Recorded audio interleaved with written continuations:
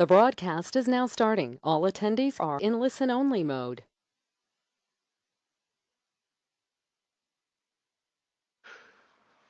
Good morning, ladies and gentlemen, and welcome to this morning's Toolbox Talk. My name is Sean Frey, guys, and I'm the organizer for these talks. Right, guys, just before we do get into the session this morning, just a few little things. As it is only a half an hour session, I'm not going to do a full intro. I'm simply going to say, guys, if you have any questions whatsoever, just go ahead and pop them into the questions tab. They come through to me. Do not worry, you are not disturbed, Chris. They come through to me, I get them ready, and then we will go ahead and answer them at the end for as long as we can. Right, guys, then as well, if it is a question on the service itself, I will go ahead and answer it as soon as I can, but if not, like I said, I'll leave it for Chris at the end. Other than that, guys, I'm going to go ahead and hand it over to Chris. Chris, are you there? Yes, thank you very much, Sean. And a very big welcome to all of our attendees again this morning. We really appreciate you taking out the time, and we look forward to discussing the next Toolbox Talk topic with you guys for this week. As mentioned last week, when we were taking a look at cancer, we did have a look at asbestos to a degree, but today we're going to go into a little bit more detail, and we're going to look at a couple of things of how we can find out what is asbestos, are we exposed to it, what are the exposure levels, and then how can we protect ourselves from it. But as always, we want to say a very big thank you to our sponsors, being FEM and IOPSA, the Institute of Plumbing SA, and then from SAOSH for actually accrediting these Toolbox Talks with 1 CPD point. So we really appreciate it from them, and we look forward to working with them more closely in the future to bring some more awareness programs your way. Last week, I did get some very good emails from you guys, and I want to just say thank you very much. I know I haven't replied to anybody actually, and that was because last week from Wednesday, we were at the Interbuild Expo at Nasric Center all the way up until Saturday. So I will get back to all those emails during the course of this week. I do want to say thank you to all of you, and I also appreciate your patience in waiting for me to get back to those replies. We've had some great comments as well as some very interesting suggestions that I would like to touch base with you guys again during the course of the week, and one or two of them that I would like to bring out in our Toolbox Talk in the upcoming months, since I see that a lot of the information coming from you can affect each and every one of us. So I hope you don't mind. I will get confirmation from yourself that I can use that information on these Toolbox Talks, and I encourage all of you to please continue to send that information. So as we mentioned this morning, we are going to be looking at asbestos. This is just an introductory guide. It's a very brief Toolbox Talk. Obviously, with all of our Toolbox Talks, in the course of just 30 minutes, we try and bring this awareness of health exposure, risks to our health from many different types of sources. But we would like to say thank you to you as the audience, because it's really because of you that we are having these types of awareness programs. And all the feedback that we are getting back helps us to constantly generate additional information, things that you find prevalent in the industry, as well as the comments and suggestions from yourself to bring out different types of topics. So we'd like to say thank you to all of you who have made this possible. But today's Toolbox Talk on asbestos is aimed at anybody who may come into contact with asbestos dust. But you might sit back and say, well, I'm not actually at risk. Well, after this Toolbox Talk, let us then ask ourselves the question again, are we exposed to asbestos? Because we first want to find out, where can we find asbestos? What is asbestos? And then also, are we exposed in our specific industry to types of asbestos out there? Again, we are using the no time to use slogan. Please remember, this is an IOSH, IOSH slogan. This is an initiative from them, and all the information that I'm going to give to you today is from the IOSH website. If you would like some more information, you can either drop me a mail once again. I will get back to you this week, I promise. There are no expos on. But then also go onto their website, iosh.org.uk. I think, but I will get you the correct information. But then again, just drop me a mail and I can send you all this information as well. One of the things that we want to mention from the outset is if we are exposed to any type of asbestos environment or asbestos containing materials, we want to remember not to disturb this type of asbestos. The reason being, as soon as we disturb asbestos or asbestos containing material, or ACM as it's known, what normally happens is this cloud of dust comes out, and that is the exposure that we are worried about. It is this dust or these particles that enter into our lungs and cause cancer. But let us take a look a little bit further, because in this toolbox talk, we are going to learn the following 6 things. For one, what asbestos is. What are the health risks from breathing in asbestos fibers? Where can we find asbestos, perhaps even in our working environment? What should we know about working near these things? And then what must you do if you accidentally damage any ACM materials or surrounding area? And the 6th thing that we want to remember is to stop and think. How are we going to be able to achieve this? So remembering these few points when it comes to asbestos are really key to stopping the exposure and obviously the harmful effects that asbestos can have on each one of us. Again, many still say that there are some types of asbestos that cannot harm you. Again, this myth is outdated and dangerous. All types of asbestos are actually dangerous, especially your white, blue, and brown asbestos. Since these are all carcinogenic or contain carcinogens, basically what that means is it contains substances that can create cancer within our body. Approximately 125 million people in the world are exposed to asbestos in the workplace. And this claims at least 107,000 lives a year worldwide.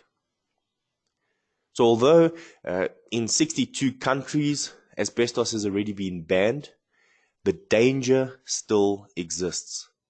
And that is because most of the asbestos that has ever been created still exists today, whether it be in ceilings, in roofing, in some sort of textiles, or any asbestos containing material, whether still installed, whether currently being broken down, or whether it's just filling the dumps of most of our dump sites. That material is still in existence. So the danger of exposure to this type of asbestos or asbestos dust is still there.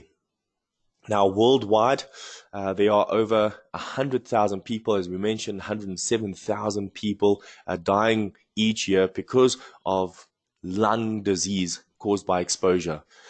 But this is only 20 to 40 years later. And that is because it can typically take about 30 years to develop. Now, depending on the level of exposure, as well as your personal susceptibility, most people are still exposed even after the substance was banned. Some are still coming forward to claim medical treatment for some exposure that they had 20 to 40 years ago. Tons and tons of asbestos can still be found in buildings throughout South Africa. In fact, there are millions of tons worldwide, so the potential harm to health is still present.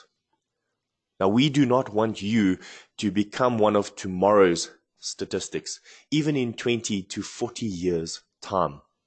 And that is because we need to understand the environment that we are working in. What is the substances that we are working with? Could it possibly be an ACM, an asbestos containing material? And then what are the exposure levels and how can we protect ourselves? And that's really what this toolbox talk is all about this morning. But let us first find out, what is asbestos? Now, there on the screen in front of you at the bottom of the picture, you see your white, brown, and blue asbestos, your chrysolite, your amosite, as well as your chrysidolite, and that is your blue. All asbestos, whether white, brown, or blue, as we mentioned, is dangerous. But asbestos is the name for a group of naturally occurring minerals that have been used in many different types of products, from paints to tiles to roofing to insulation. And the reason why it was used to strengthen or provide fire or chemical resistance to those products. So when they mix it with other substances, this becomes an ACM, or an asbestos containing material. But a lot of the times it could also have been used on its own. And that is because of its good properties to insulate, to be fire resistant, or even chemical resistant. So it's a very good product to work with. The problem is the way we work with this has to be exact. Otherwise, the exposure to this asbestos dust will have harmful effects, as we've seen it's taking the lives of 107,000 people a year. Now, as we mentioned, there are several different types of asbestos, but these are your three most common: your white, your brown, and your blue. There are less common ones, but really your blue, brown, and white, even though slightly less dangerous, are all still harmful to our health. In fact, each one of these can still cause fatal cancers. Now, what type of cancer are we talking about? What type of health risks are we talking about when we think of exposure to asbestos? Well, first of all, we take a look at asbestosis. Now, asbestos fibers that are breathed in, these fill the deepest part of the lung, and this cannot be removed by the body's defenses. So since it cannot be removed, it stays and it causes scar tissue because it damages the cells that repair the body. So that asbestos sits in the bottom of the lungs and it continues to cause fibrosis, which is generally where the name asbestosis comes from. And this creates, as you see there, a mottled effect through some x-rays. And there's an x-ray for you to take a look at. That's really what we are trying to show you. That's where the asbestos actually sits on the lungs. And once this causes the scarring on the lung tissue, it reduces the lung's ability to take in oxygen, and this causes severe pain as well as breathlessness. So, you find difficulty breathing, specifically in the environment, but these could take up to 30 years to eventually come out. Now, what eventually happens is the lungs will then just start filling with fluid. Many of you know what this is called. This is called pleurisy, and this could happen many, many years down the line, and this is a fatal type of lung cancer. Now, harmful effects have been reported in medical papers, even in the UK, since 1927. But it was only about 30 years later that it was shown actually that just breathing in asbestos caused lung cancer. And this is because only later on did we realize or understand the effects of asbestos. But we are living in 2018. It doesn't change the fact that asbestos is still a silent killer. Mesothelioma, which is asbestos fibers that affect the lining of the lungs, or the pleuria, as we mentioned, causing this pleurisy, has the problem of developing a malignant or incurable cancer. These things do not go away, and they create severe pain on the chest. Normally, you will die within 20 to 40 years of exposure to this type of danger to asbestos. Each year it is estimated then more than 38,400 deaths from mesothelioma around the world. So the exposure is still current. Now, what does asbestos look like? If you've never seen it, we showed you there on your white, brown, as well as blue. But take a look at just the fibers. Look at, this is a little penny, or obviously this is a British penny. The actual size is there to the bottom right of your screen. It's actually very small. Notice how many fibers are there on that penny on the right-hand side. On the left is 2 grains of rice. On the right is 20,000 fibers of asbestos. Now, asbestos can cause scarring to your lungs, obviously to the lining of the lungs, and this poses a very big health risk. If it is undisturbed, it poses no health risk. However, as soon as a building starts deteriorating, as soon as we start cutting into, removing, or perhaps demolishing buildings, this is when the dust that contains these microscopic fibers start coming into our lungs. And if breathed in, these fibers can be lodged into our lungs, and as mentioned, it can cause fatal diseases, lung cancer, etc. Now, most alarmingly, the time lag between breathing in asbestos fibers and developing an asbestos-related disease can be up to 40 years. So a significant exposure today could be a death sentence in years to come. Please make sure we understand the dangers of asbestos. Now, we mentioned in the outset, some of us would say, I'm not exposed to asbestos, or I'm not in danger of having asbestos in my environment. Well, let's take a look at who is actually at risk. Exposure to asbestos is obviously widespread, especially here in South Africa, although it's still banned. But for those of you in the construction or building trades, such as carpenters, joiners, plumbers, heating or ventilation engineers, painters, decorators, floors, or wall tilers, all of you could be at risk. And that is because you might be using asbestos-containing material. You could perhaps be demolishing, renovating, or working in an older building where asbestos-containing material exists. And that goes the same for electrical trades, electricians, electronic engineers, telecommunication engineers, metal forming, welding, a vehicle trade, such as those who repair vehicle bodies, motor mechanics, or even auto engineers. Things such as working in shipping or rail trades. And even though at a much lower risk, there is still the risk for caretakers, firefighters, school teachers, farmers, car, rail, and aviation hobbyists. Why is this? Well, generally, we are working in buildings that are pretty old. Probably before the ban of asbestos came in, these buildings were built. And some of the materials used in building them have asbestos-containing materials. Could be insulation, it could be tiles, it could even be the bitumen that kept the tiles to the floor or wall. And that is because it was a very widely used material back in the day. Now, as we mentioned, currently in 62 countries, it has been banned, including here in South Africa.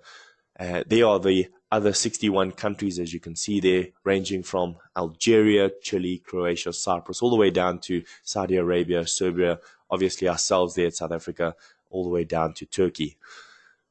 But the danger is still there. And why is that? Well, it's because it's banned now, but all the asbestos, those millions and millions of tons worldwide, can still be found in domestic, commercial, and industrial buildings. In fact, it can still be found in some plant or equipment that was built over a few years ago. So really, the exposure levels might differ from a few years ago, but the exposure is still there. And that means the danger is still there. So today, the largest producers of asbestos range from China, Russia, Kazakhstan, and India. And they are also the biggest users of asbestos even today. Now, these 4 countries, Russia, China, Kazakhstan, India, and including even Indonesia, currently consume tons and tons of asbestos every day. These mines still exist. And asbestos became very prevalent during the Industrial Revolution before. So it was very, very popular. And that means it's still in existence today. Now, where can we find, perhaps we want to find, are we still exposed? Are we at risk? Where can we find asbestos today? Well, things such as spray coatings. They were mainly used for fire protection on structural beams, trusses, girders, And this was all to prevent condensation inside buildings, as well as for acoustic control. So really, it was a very good substance. The problem is all these spray coatings that are on the buildings are starting to deteriorate. And as it deteriorates, it creates particles of dust. And this is what is being breathed in by our electricians who are cutting in to perhaps change cables, or by our plumbers who are going to reinstall new types of plumbing pipes, or perhaps drilling into walls that contain asbestos substances. That is where we are getting our current exposure today. Then, if you are working with laggings, they were mainly used to prevent heat loss or heat transfer to the surrounding area. And these things can be found on old boilers, pipes, or other items of plant. That still exists today. Insulation boards in many, many homes, in some commercial properties, as well as some industrial properties, these types of insulation boards are still existing. And many are currently now being taken out and being replaced with a non-exposure type of substance, either plastic or your new type of drywalling. However, the exposure still exists to those taking it out, to those renovating such plant machinery or other types of buildings. Then you have asbestos yarns that were used to manufacture asbestos clothes or fire protective clothing, gloves, fire blankets back in the day. All of this still has that exposure. Asbestos millboards or papers that were used 30 to 40 years ago. We had fiber cement products that are still not in production today because it is banned in South Africa. But a few years ago, when it was created, it was widespread in roofing, wall cladding, soffit boards, boiler fuels, gutters, pipes, tanks, bath panels. So many things have had this asbestos in it. And any damage or let us say disturbance of this asbestos will give us exposure to those fibers. Things such as floor tiles, gaskets, bitumen felts. Then you have your mastic or sealants, your putties, adhesives, even your textured coatings and paints and reinforced plastics, all contained asbestos. And many of these things are still in existence today, still being used today. And yet we work around these things every day. And that is because undisturbed, asbestos does not contain the danger to harm us. But the minute we disturb it, well, that is where the danger exists. So what are you doing to protect yourself? We need to manage asbestos. We want to realize in our area, if there is asbestos containing materials, we want to protect ourselves. So do not purposefully disturb any asbestos containing material under any circumstances. You should actually be told before you start work if there is any asbestos in that environment. You should also be told what to do if you find material or even if you suspect some material contains asbestos. And then you need to know what to do if you accidentally disturb it or contaminate yourself or the surrounding environment. So what must you do? Well, first of all, stop working immediately. Move everyone away and ensure that nobody enters that area. Do not remove equipment or materials from that area. Close, seal, or lock off that area. Put up warning signs and report it to your employer. Remember, there is no safe level of asbestos exposure, especially when it has been disturbed. Now, this could be accidentally, so we do want to say if it does happen, please make sure that you get medical treatment as soon as possible. What if just your clothing has contamination? There you see somebody working, perhaps they are drilling into a wall to install electric cables. Perhaps they are cutting into some walls or tiles to remove toilet pans, PVC piping, or even stacks for those of you installing plumbing. Well, what we want to do is make sure that if we have any clothing that is contaminated, we stay at the location where we are. Don't walk through other clean areas where you could potentially increase the exposure in those areas. Call for help and make sure that you use a disposable FFP3 face mask. Do not use an ordinary dust mask because this will not protect you from those small fibers of asbestos dust. If you are cleaning it up, make sure you use a Class H vacuum. And then before moving into a clean area, wipe down your clothing or exposed parts of the body with a damp cloth. When moving outside, undress facing the wind so any dust does not come into your lungs. As you take off the clothing very gently, make sure you turn it inside out, roll it up and put it into a strong plastic bag. Once you've showered, even the towels that you use to clean or dry yourself and what you use to wash yourself all needs to be thrown away as well and discarded of correctly. Do not sit in your vehicle or drive home wearing any contaminated material. You might contaminate your family at home. Dispose of all contaminated clothing or any used cloths. And make sure it is correctly labeled with double bagging strong plastic bags as asbestos waste. And then do not eat or drink in a contaminated area or when wearing contaminated clothing. Remember, those fibers are so small, but they have the high potential of causing a deadly disease. So keep an eye on your health. If you have been exposed to asbestos recently or perhaps in the past, if you have a cough most of the time, or you find that you are coughing experience for a little while and then it starts getting worse, persistent breathlessness, coughing up phlegm with traces of blood, aches or pains in your chest or shoulder, loss of appetite or unexpected weight loss, or persistent tiredness. Now, obviously, these symptoms or signs or symptoms can be of other things, but generally, if you have been exposed to asbestos and accidentally disturbed that asbestos, these are some of the signs and symptoms of dangers of exposure to asbestos. Please remember to get to medical treatment as soon as possible. So in summary, asbestos didn't disappear when it was banned here in South Africa. It can still be found throughout domestic and commercial properties. Breathing in asbestos can be fatal and can cause serious ill health. It is found in many different types of materials. You must be told where you are working and if it does contain asbestos. And you should know what to do if you accidentally damage any asbestos containing material and contaminate yourself or the surrounding area. So please protect yourself from asbestos. Stop work immediately. Move everyone away and ensure nobody enters the area.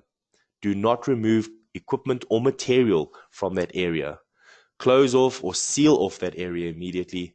Put up the warning signs and report it to your employer. Now, please, as a very important note, asbestos removal or cleaning can only be done by a specialist contractor, someone who is an AIA, an approved inspection authority, and someone who has been classified as an asbestos removal person. And then make sure we know the symptoms, the warning signs, because if any of these happen, it is better to seek medical advice sooner rather than later. So please, when it comes to asbestos, do not disturb. It can kill us. Just know what the warning signs are and ensure you know if there are any asbestos containing materials within our working environment. So thank you very much for listening to us this morning. We do have a Did You Know section once again, as we have for many of our Toolbox Talks from the start, that there are new climate change bills here in South Africa. It's the climate change bill for 2018. Did you know that we actually have a new one this year? Well, if you didn't, please drop me a mail and I can send you a copy of this. You can also type Climate Change Bill 2018 into Google, look for the South African government gazetted one, and you can download this.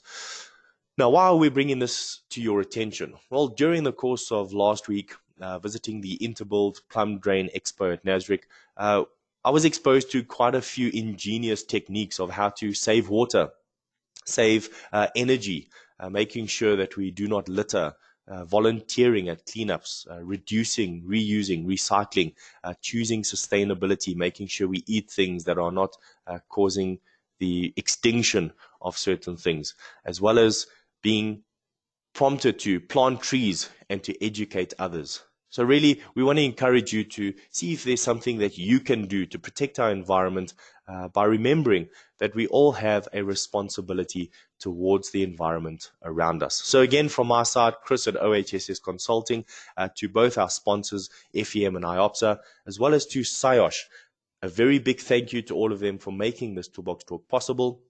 Thank you to you, the listeners, for attending this morning, and please log in the same time next week as we look at our next topic, which is horseplay, something affecting us on many, many sites. What is it? Are we exposed? Are we at risk? And how can we stop this from taking so many lives every year? Sean, I'm going to hand it back over to you. Perfect, Chris. We do have one question for this morning. The question reads, is there an update? I apologize. Is there an up-to-date SDS for asbestos that can be provided? Thank you very much, Sean, and thank you very much for that question. Yes, there is. It can be found on the internet as well. But please, if that person asking the question can just drop me a mail, chris@ohss.co.za, I can send you that information as well. Thanks, Sean. Perfect, Chris. Right, guys, or just before I do end off the session here, we do have a comment from touching on last week. The comment reads, once again, I was called to fix the plumbing work done by a foreign plumber. The toilet pan was installed right against the bath. I have seen this many, many times. Actually, speaking to the plumbers over this plum drain expo this past week, I've heard of so many stories. In fact, I actually requested all of them to send me this information and, if possible, take some photos so we can make this awareness program. In fact, even the Did You Know section of our Toolbox Talk, we could perhaps bring out some of these points that many of you plumbers are mentioning. Something that we should remember is all of us have a part to play. And as we mentioned last week, our reputation is on the line.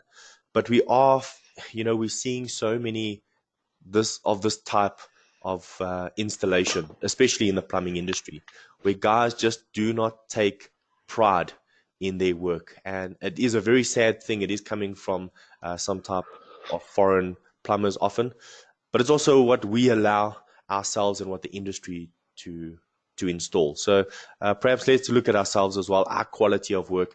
And I think that comment was really there to encourage everyone to take pride in their reputation and make sure their work is done according to SANS standard. Thanks, Sean. All right, perfect, Chris. Then thanks so much, guys, for joining us this morning. Hope to see everyone the exact same time next week, Tuesday. Thanks, Chris, for presenting this morning. I hope to see everyone again next week. Bye-bye. Cheers, Sean.